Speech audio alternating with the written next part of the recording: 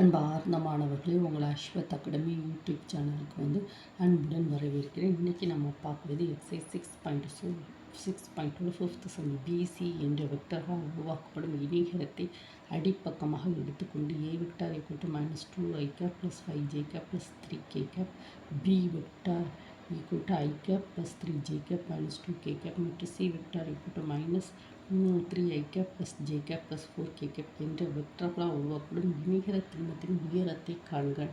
இப்போது இணைகர திண்மத்தின் கன அளவு எழுது. இணைகர திண்மத்தின் அடிப்பரப்பு இன்று உயரம். ஸோ உயரம் = கன அளவு அடிப்பரப்பு. இந்த கன அளவை நம்ம என்ன செய்யணும், கண்டுபிடிக்கணும். கன அளவை எப்படி கண்டுபிடிக்கணும்னா என்ன பாருங்கன்னா, நான் ஃபஸ்ட்டு பிசி வெக்டர்களால் உருவாக்கப்படும் இணைகர திண்மத்தின் அடிப்பரப்பை கண்டுபிடிச்சிருக்கோம். அடிப்பரப்பு இது நெக்ஸ்ட்டு கன அளவு பாருங்கள். இணைகர திண்மத்தின் கன அளவு இணைகர திண்மத்தின் கன அளவு = 12. அதுக்கப்புறம் என்ன செய்யணும், இணைகரத்தின் அடிப்பரப்பு பி கிராஸ் சி, இணைகர திண்மத்தின் அடிப்பரப்பு b cross c that is = 300. So உயரம் = கன அளவு அடிப்பரப்பு தட் இஸ் 2√3/5.